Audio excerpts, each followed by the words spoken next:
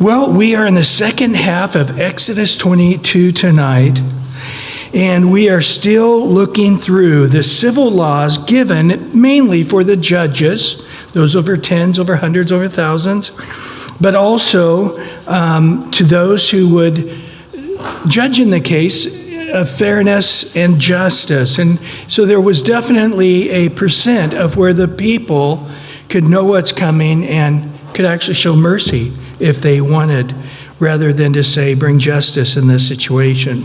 So everybody was to know and understand. And of course, we looking at this say, okay, it's an insight into God's nature, into his mindset. I had a whole list of quotes, and I don't think I have time tonight, but next week I'll bring them, of all our founding fathers and what they thought of the Bible and its importance of establishing our country with the biblical principles. And a lot of them that are called deists and not real Christians and all this, not from their own quotes. Great website called The Wall Builders. Dave Barton, a fan of his way back when he was a young guy. He's very, very brilliant, very hard worker, very diligent to make sure everything is correct. But anyway, I think that our forefathers understood that the Bible was unique when it came to the civil laws. But again, this is for this is for Israel, not for saying everybody in the world should follow this. Definitely doesn't say, hey, Christianity needs to be established on this. Definitely no such thing whatsoever is the case. Well, in verse 16 and 17, if a man entices a virgin who is not betrothed and lies with her, he shall surely pay the bride price for her to be his wife. Now, if her father utterly refuses to give her to him, he shall pay the money according to the bride price of the virgin. Now, notice here, she's not betrothed. So you might have in the community a number of women that are not yet officially married, but they are committed to be married. And in this culture, it was the same as being married. To get out of the betrothal, you had to actually go through a divorce. So it was, once you shook hands and said, this is your husband, this is your wife, and when you got to wait till you have the dowry, or you got to wait till you're a certain age, or a number of reasons they're not getting married this moment. But boy, in the eyes of the community, she's married, she's taken. So you'll notice here that this is a young girl, so a teenager probably, and fooling around with one of the young guys that he or she they like each other, and they're goofing off, and chemistry starts happening, and things go from, heavy petting to actually having sex, and she lost her virginity. Now, the reason this would be brought up is because a woman that tried to get married and played off that she was a virgin when she wasn't a virgin was serious business. In Deuteronomy 22, the whole family basically gets defamed, but she gets put to death. She gets stoned to death. The guy who says she's not a virgin, he better be right, because if he's wrong, he gets shame, and he gets 100 pounds of shekels he has to pay as a fine to the family. But if the young woman is found to not be a virgin when she said she was a virgin, this is in Exodus 22, verse 13 to 21, then she was to be stoned to death. So being a virgin was essential to get married in this culture. Now, if you had been married before, like in the story of Ruth, and she's marrying Boaz. Well, she was married before. She says, I know I'm not marrying a virgin. So that's understood. I'm marrying somebody who's been married before. Almost never happened in this culture. It was very rare, as many Eastern cultures to this day. There really wasn't a second marriage. You know, I just watched a documentary on the women of Iran. And, this was actually Iraq. But I watched one earlier on Iran. It was even worse. But, you know, a guy marries some 11-year-old girl, and then he decides, oh, I don't like her. And he goes to the mufti and pays him a bunch of money. And so now she's divorced, but she's not a virgin, even though she may be 12 or 13 or 14 years old. And she can't even go home. Her family can't even take her back, because she's dishonored herself. She's not a virgin, and she was not pleasing to her husband. The only recourse in Iraq and Iran and the Arab cultures today is to be a prostitute.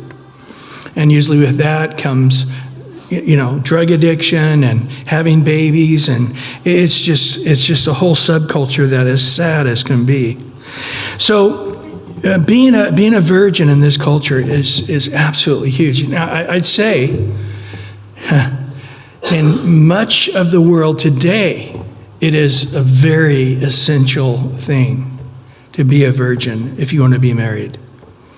In, for sure, the Arab world, I would also say in the Indian world, in Hinduism, the same. And I would say in the Asian culture, not all of them, but most of them, it's a very important thing. And of course, in the Jewish culture, they would, and in many cultures today, they bring out the sheet with blood on it and hang it up there outside the house for everybody to walk by and see that she was indeed a virgin. That's done to this day. It sounds repulsive to us, but yeah, it's something they see all the time. It's not a big deal, but they do it to this day. It is interesting that the place virginity has not that importance of a place is in the quote-unquote Western Christian world. That we have a very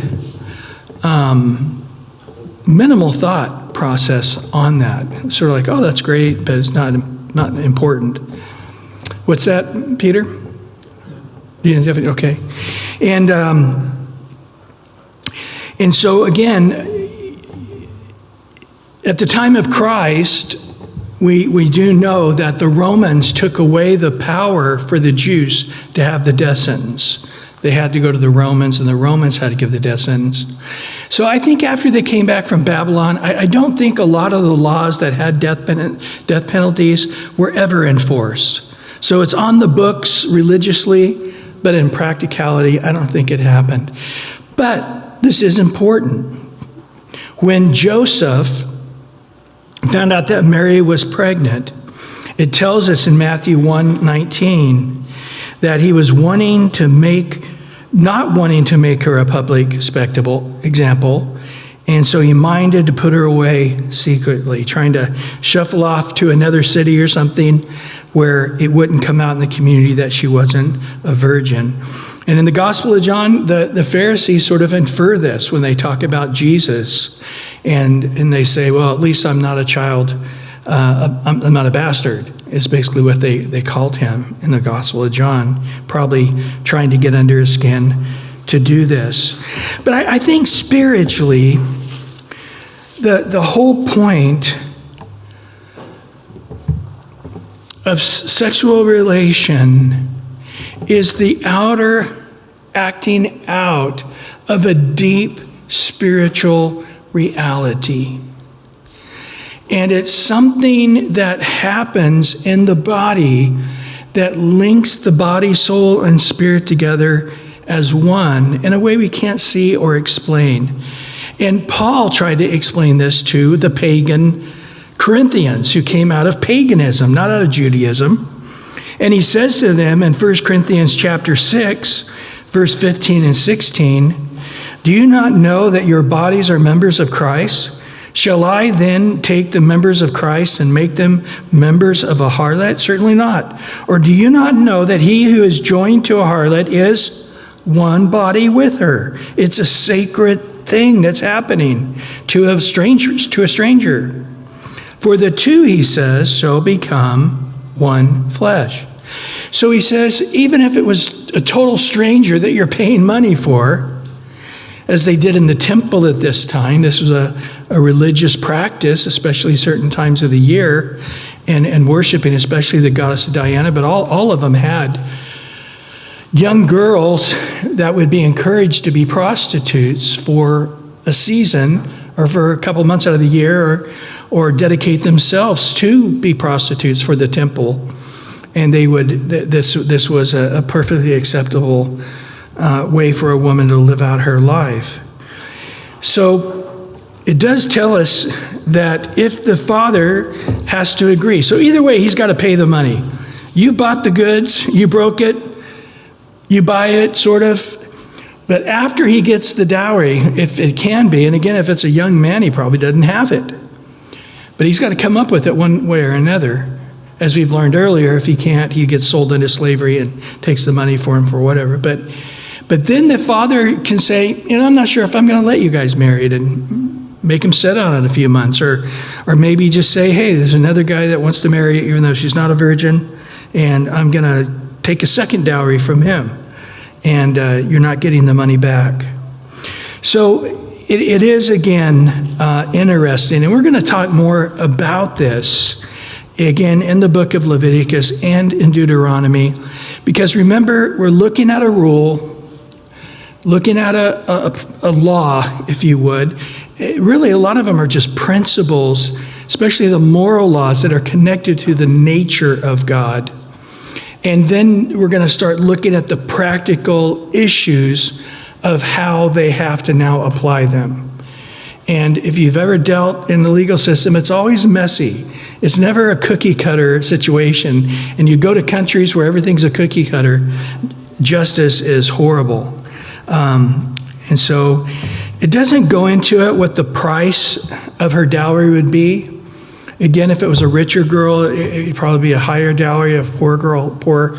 But it's interesting, in Deuteronomy chapter 22, verse 28 and 29, they do say that it's a minimal of 50 shekels of silver in this case, which is huge. A huge amount of money for a dowry at this time. 50 shekels of silver is a huge amount.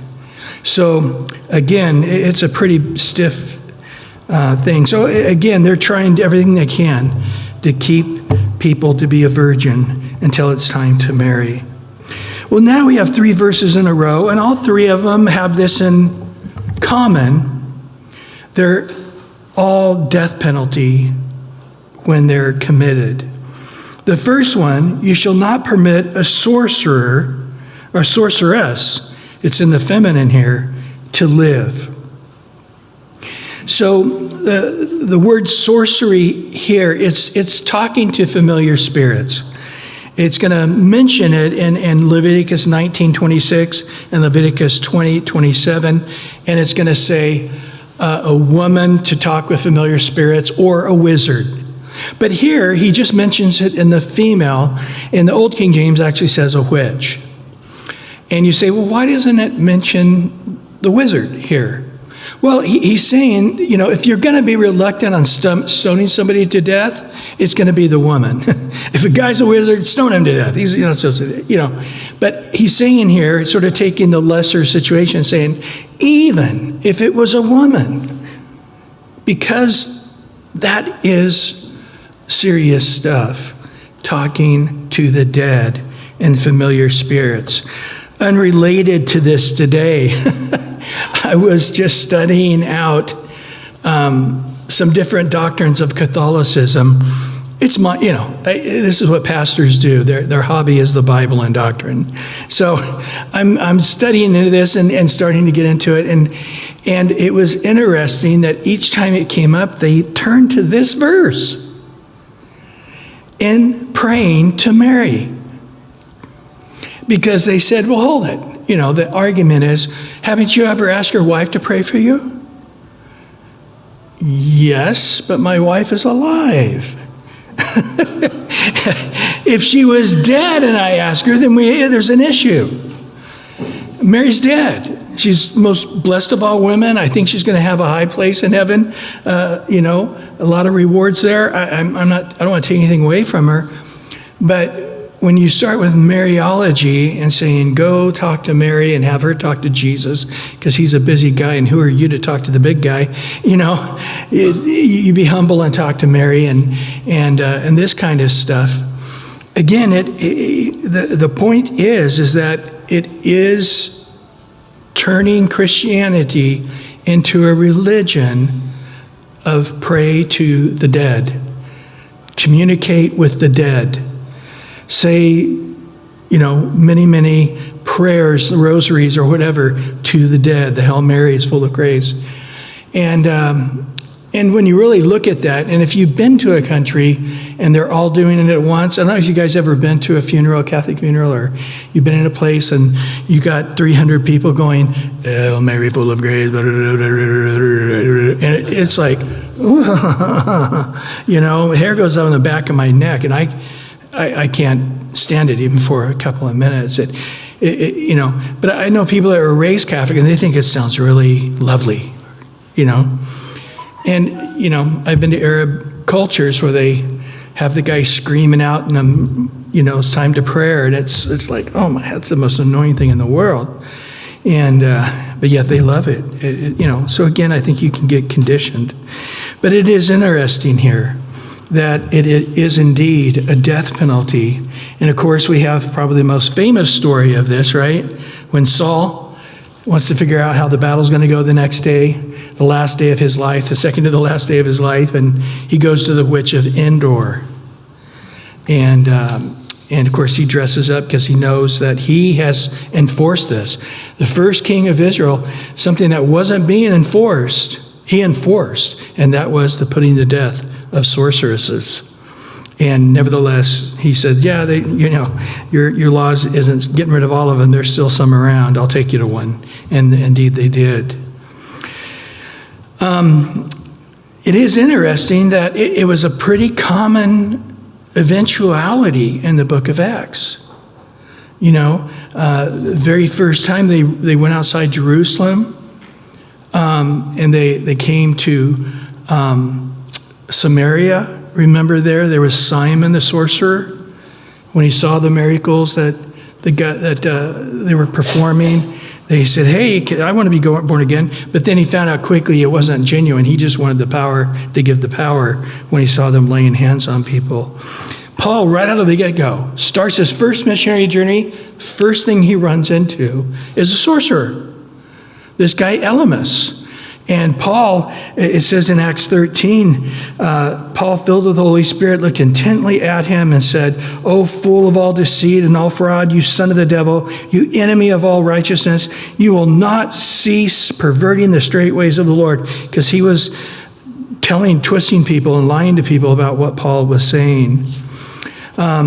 It's interesting that the great revival where Paul ended up pastoring for 3 years in Ephesus, that when salvation came to that giant city of Ephesus, they made a giant pile and people just kept bringing out all their sorceress stuff and all their sorcery books. And they had this giant bonfire of people burning all of their magical books and so forth. So it is a real issue. But I would like to note that nobody in the New Testament was stoned to death for being a sorcerer. In the Old Testament, it was literal and physical. They didn't have metaphorical giants. They had real giants. Okay? They didn't, again, in the Old Testament, they were literally under the law of God. And if they did not keep it, they would basically suffer almost all the time death penalty for not keeping it. That was, again, in the Old Testament. It was literal and physical. So if a guy, as we're going to see later, sleeps with his stepmom, they put him to death. In the New Testament, in 1 Corinthians 5, when a guy marries his stepmom, does he tell the church to kill him? No, they excommunicate him from the church until he repents. And then in 2 Corinthians, he repents and they bring him back in. So it wasn't a physical death, it was a spiritual death where 2 or 3 agree together. So if we shut the doors on earth to this guy, God will shut the doors in heaven to this guy. Whatever we bind on earth will be bound in heaven. And when we open the doors to him on earth, God opened the doors in heaven. Whatever we loose on earth is loosed in heaven. And then the next thing is quite gross. But whoever lies with an animal shall surely be put to death.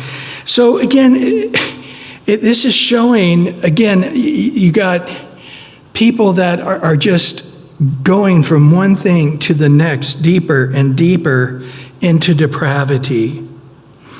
Until, as far as I know, I'm sure there's more wicked things than this, more gross, despicable things than this.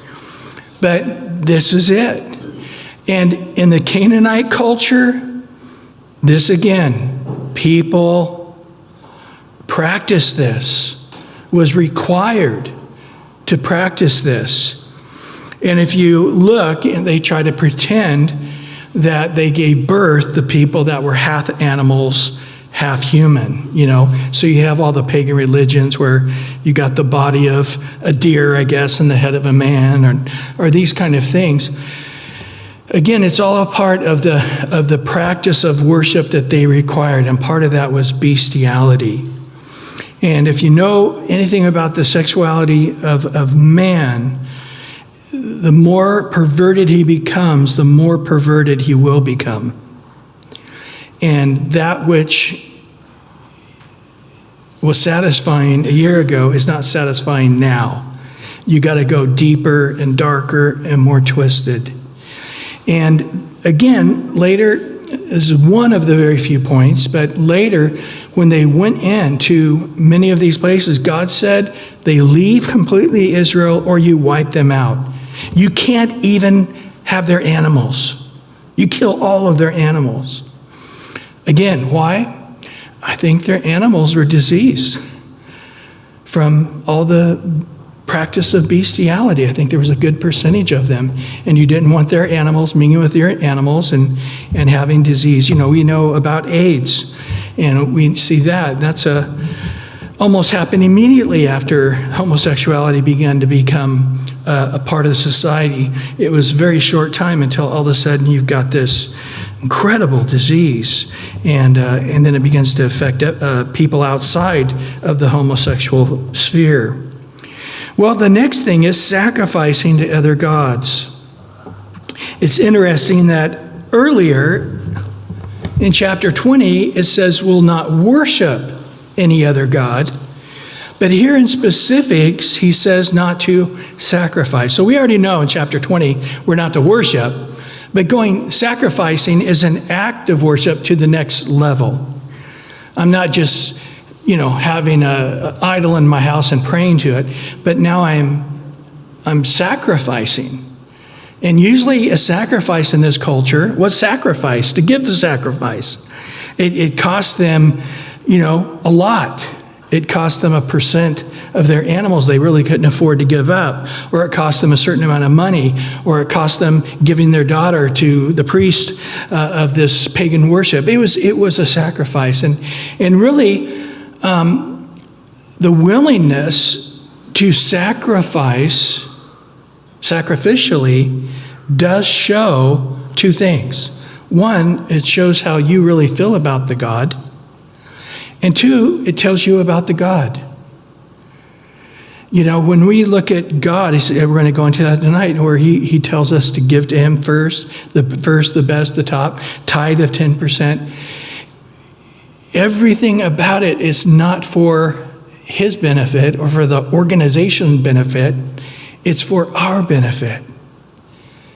The generous heart is the heart that's whole and healed and in right relationship between materialism and not being overcome by materialism. And it's the way of setting us free, not binding us up. And again, it's a very small thing that God asks. It's 10%, which is pennies. Compared to what he could have asked. Had he asked for 40%, we wouldn't have we wouldn't have said a thing. We were going to accept whatever he said. But 10% and then above that of an offering, again, we're going to talk about that more in time, but again, it's interesting what our God asks us to sacrifice. It's not to go kill people. It's not to do some weird sadistic thing. Not to give our kids over to be burned in a fire, or babies burned in the fire like Molech required, or giving our daughters to be prostitutes in some temple like most of the religions of this time did, or to participate in some kind of worship where you have bestiality happening. All of these perverted things talk about what people are willing to do, how deep they're willing to commit to this. But also it talks about the nature of God, of that God that they are worshiping, and it tells about its nature. Well, now we're going to look in the next few verses about how we treat those in a disadvantaged situation. So we have the upper hand. We have the advantage. The first one he wants to talk about is the stranger. You shall neither mistreat a stranger nor oppress him, for you were strangers in the land of Egypt. Now, I understand that there are people with certain jobs that their job requires them to look at things differently than the rest of society. Okay? I know police officers, I've done ride-alongs, a lot of you guys know, they look at life very warped. And that's why most of them end up in divorce, and most of them end up committing suicide a few months after they quit being a cop.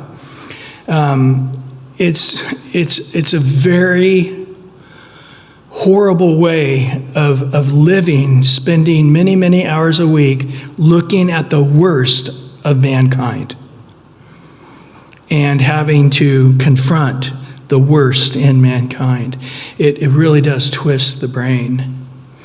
And then, of course, if you're in the military or if you're in politics. So on one side, the news is assuming that we're all politicians. And we need to look at people coming across the border as a bunch of legal politicians. We're all a bunch of judges that need to judge this. We're all a bunch of Border Patrol agents that need to stop this. You know what? We're none of those things, unless you are one. That's a different hat you have to wear. But for us, we're not. We're just civilians. And I lived right on the border since about 1983. I don't know what percentage of my church was illegals, but often I'd find very professional people that were not legal. I'd find out later, but never asked, but you'd find these things out. You realize that our system is really broken. I mean, people that should be citizens, they cannot get to citizenship. Right down the middle of the family, I can tell you some horrible stories. Our system is a horrible system as far as getting people to become legal citizens. It's really oppressive.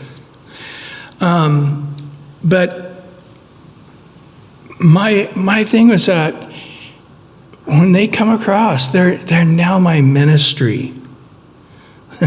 They're not, they're not this person that's messing up our country. This is a person I need to love and care for, whatever that means, whatever that looks like. So at one point we had just a number of Africans coming across the border. I mean, we were in our community, we made big refugee camp, and some people were complaining about it. And I'm just like going, look, how amazing is this? We get to be missionaries to Africa, but live in the comfort of our own homes while we're doing it. we're going to love these people. And we did. We brought them all in, and they were the most precious people. They were wonderful people. Just absolutely amazing. A few of the families came very, very close with us, but it was really simple for me. It's like, okay, when I vote, I'm going to vote that this doesn't happen because it's not fair to them. It's not fair to our country. It's not the way you work a country. But there's so many freaking things broken in our country. Is this really the most broken of all the broken things in our country that I want to, go to the grave and say, yeah, he tried to keep as many people out of our country as he could? Is that what I want to claim to fame? Or is it just, I loved everybody, I cared for everybody? Now, on noting that, okay, a lot of people say, well, that's why we got to help all the street people. When you go through the New Testament, when it's helping out the poor, it always talks about the body of Christ. 1 John, he's very clear. If you have a brethren, James, if your brother comes to you. So people you're worshiping with at church who are in need, those are our sheep. We do have a responsibility. The rest of them are jackrabbits and, foxes and whatever. They're not sheep. And the other thing, even in the body of Christ, it's pretty stiff. It's like if there's a guy in the church and you're helping him out financially, but he is not taking care of himself or his family. You don't work, you don't eat. You just tell him this Sunday, starve. If you're unwilling to work, we're not going to put up with this. Said the same thing to the widows in 1 Timothy 5. If they're young, don't let them be taken care of by the church because they have too much energy. They'll be busybodies and get involved in things they shouldn't be. They need to go out and get remarried and so forth. So again, even there's stipulations, but just because somebody asks you for money doesn't mean God says, oh, give to him who asks of you. Look in context of what that's saying. If I gave to every street person that asked for money, I'd soon be out of money. Then what do I do? So you just use common sense saying, look, I cannot give to every person in the world that asks for money. Even if I'm a billionaire, I'll run out of money. So again here, this is where God is saying, think about how it was for you guys in Egypt. Now, if you go back and read it in Genesis 14, Joseph had it very hard until God supernaturally turned that around. But when Joseph brought his family down, Pharaoh rolled out the red carpet, right? Anything you guys need and anything at all, we're going to take care of you. And Joseph says, get away from these Egyptians. They're crazy. Get out there and take care of sheep. They hate shepherds. That's the way I want it. I don't want them to want to be around you, and I don't want you to want to be around them. This is not a good system. But eventually they became slaves there. And it was wrong that this disadvantaged people end up being slaves in the country. It was very, very wrong of them doing that. So he's saying in the same way, you see somebody who's from another culture, speaks a different language, from another country, and they are disadvantaged. You go out of your way to welcome them. You go out of your way to embrace them. And definitely do not oppress them. And so again here, I think it's all a test. Have you ever noticed that? All of life's a test. You have the perfect neighbor next to you for 20 years. It's so wonderful. And then they move out and you get some guy who, for whatever reason, hates your guts. I've never had this happen, but I know it happens a lot. And for whatever reason, they just don't like you. And they're doing everything they can to make you miserable. I've seen stuff where people are throwing the trash in the other guy's yard, and it's like, you have a trash can, but it's just they want to get under his skin. And it's a test. How am I going to be? How am I going to react? How is Christ going to be revealed in me in this difficult situation? So right now we have millions of people coming across the border. And you know what? I find myself repeatedly, I remember as a very young Christian really in my early teenage years and seen a number of my very committed friends, especially going to college, walking away from God and doing their own thing and trying to get me to see things their way and go along with them. And I just remember just the Lord speaking to my heart, just like Joshua, as for me, I didn't have a house. There was nobody else with me. As for me, in my house, which includes me only at this point, I'm going to serve the Lord. If that seems evil to you to serve the Lord, then you do whatever you're going to do. And it's one of these things here. It's like, as for me, I'm not a politician. I'm not a border patrol agent. I'm not somebody on the city council. I'm not somebody I'm a Christian. I'm an American. And this is my country, and I don't have a lot to give, but what I do have to give to those that come into my sphere and the Lord shows me, I think the Lord's got to point it out. I'm definitely not going to oppress them, but I definitely want to bless them. In the same way with the widow and the fatherless, you shall not afflict any widow or fatherless child. If you afflict them in any way and they cry out at all to me, I will surely hear their cry, and my wrath shall become hot, and I will kill you with a sword, and your wife shall be widows, and your children fatherless. Whoa! We learn in James, you want to know what true religion is? Keep yourself unstained by the world and care for widows and orphans. There it is. Live a personal holy life and take care of widows and orphans. Right? Paul said, and also take care of the poor, he said, which is, remember in Galatians, Peter said, oh yeah, and by the way, take care of the poor. And Paul said, I'm absolutely taking care of the poor. That's always in my heart to do. So, again, in this culture, there really wasn't anything for widows and orphans. In the Jewish culture, all the widows moved into the temple. So you had thousands, tens of thousands of them of Christ's time. And remember, when many of them believed and became Christians, the Jews said, we're not taking care of you anymore. And so the church, all of a sudden, being a few days old in the Lord, are taking care of all the widows, mostly the Hellenistic widows, didn't even speak the language, trying to take care of them because there was no other system. Now, if you look in the history, especially modern history, the last 300 years, every time you see an orphanage or you see a place to take care of the widows in a culture like, especially like India and so forth, always a Christian organization. Always. It's always a Christian organization, not an atheist organization, not a Muslim organization. It's a Christian organization that takes care of the widows and the orphan. And God says, if you see somebody disadvantaged and you take an advantage of them, God says, you've got me as a personal enemy. Pretty hot stuff.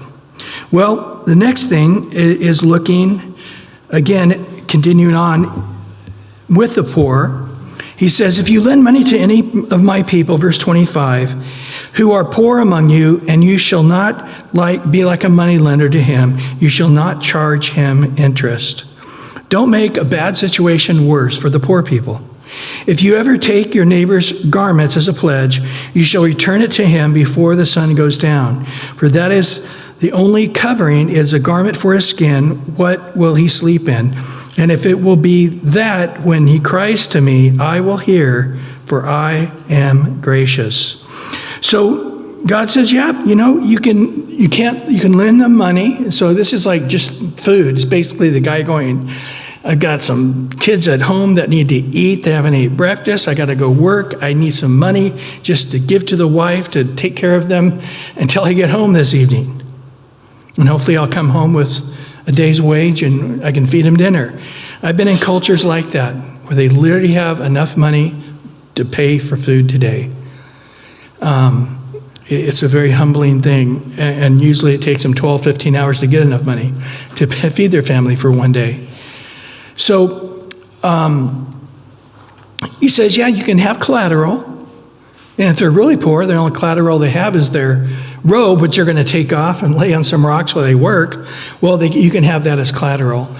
And then when they come back, they give you the money they owed you, then you can give them their garment back. But if they didn't get enough money, didn't get the job they hoped to get, didn't make enough money, you won't hang on to their garment and say, hey, freeze to death until you pay me back. No, you're not going to play hardball with this people.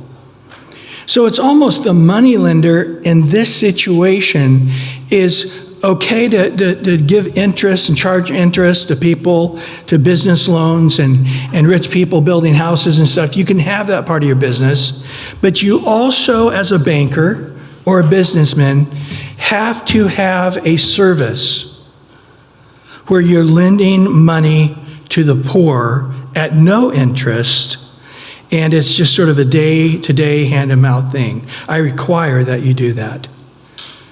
Interesting if banks did that today, wouldn't it?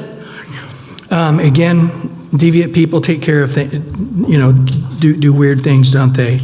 Now let's remember that Jesus was a poor person.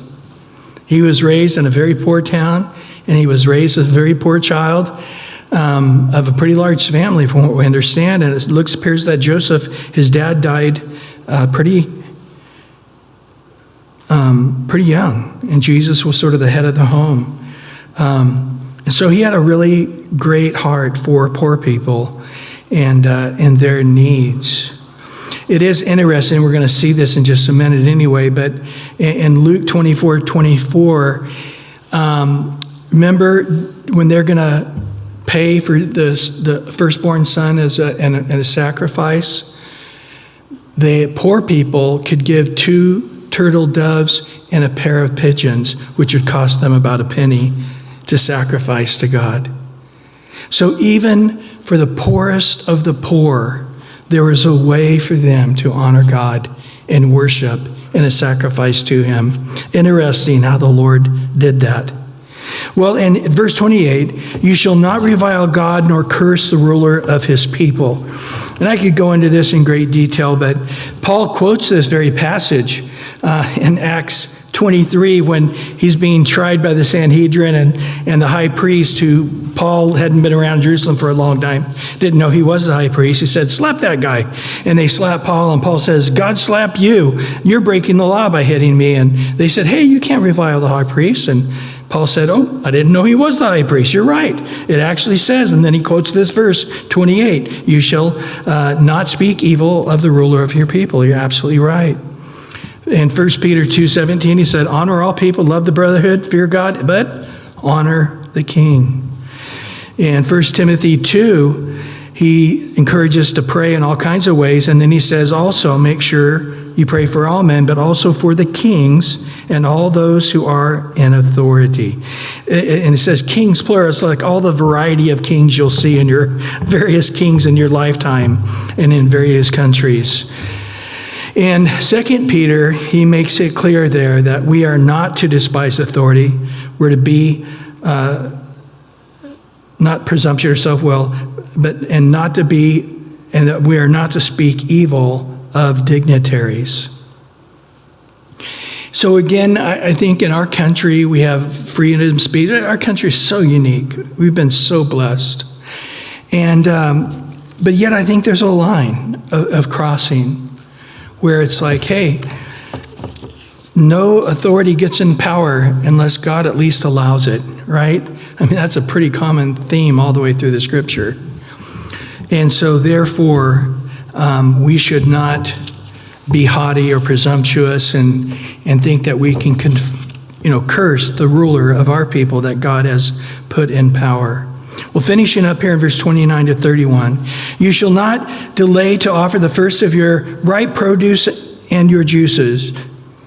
The firstborn of your sons you shall give to me. Likewise you shall do with your ox and your sheep, and it shall be its mother 7 days. On the 8th day you shall give it to me, and you shall be holy men to me. You shall not eat meat torn by beasts in the field. You shall throw it to the dogs. So, first of all, he talks about something he's going to talk a lot about. He's already talked about this in chapter 13, and he's going to talk about it a lot, where everything that opens the womb is the firstborn, whether it's that of the field, the grains, the juice, the wines, or the animals, or even the firstborn child of a human family, all is the Lord's. In Exodus 13:2, I don't know if you remember, but he said, "It is mine. Consecrate to me all the firstborn that opens the womb among the children of Israel, both man and beast. It is mine." The tithe, the Bible later tells us, is the Lord's. But on top of that, of giving the tithe, it's not just the rear end of the tithe. It's the first, the best, the top that you give to God. So it's not, giving God's, let me figure out if I can or can't. And if there's a couple of, blind and lame animals left, and I'll just give this into the junk to God. No, God gets the first, God gets the best, he gets the top. You're honoring him first. This is a part of it. We'll talk more about that. But he does mention here, and we're going to get into more detail in Leviticus 18 on this, that the child, the firstborn child, that you are to give to God. And again, I just talked about Luke chapter 2, verse 24, where they didn't have the 5 shekels of silver. It says in Leviticus, is to be given for the firstborn. So they gave 2 turtle doves and 2 pigeons. But today, it's a ceremony. It's called Pidyon Abin. And you come together, and it's all very ceremonial. But it's interesting how the Jews look at it. For, he was saying that very few sons actually qualify. In one of the rabbis I was looking at today, because, first of all, it cannot be a cesarean, because it has to open the womb. So if it's a cesarean birth, it doesn't count. Also, if the woman had ever had a miscarriage, it doesn't count, because it's not the firstborn. Interesting. And I'd say there's a pretty big percentage of women that have miscarriages before they actually successfully have kids. I think it's a pretty common thing. But then it was like, who can even come to this thing? It's pretty interesting that they got to qualify. So today it's the 5 pieces of silver they bring, they actually don't give to the temple. It's just they present it to God as sort of a token. And then they hang on to those 5 very pure silver. The one rabbi I was listening to today, the one he used for his child is the one his dad was used for him and used for his dad several generations back. It was the same 5 silver coins that are hundreds of years old that they continue to reuse there. Interesting stuff. Well, any questions on this? I thought this was going to go quite a bit quicker, but it didn't.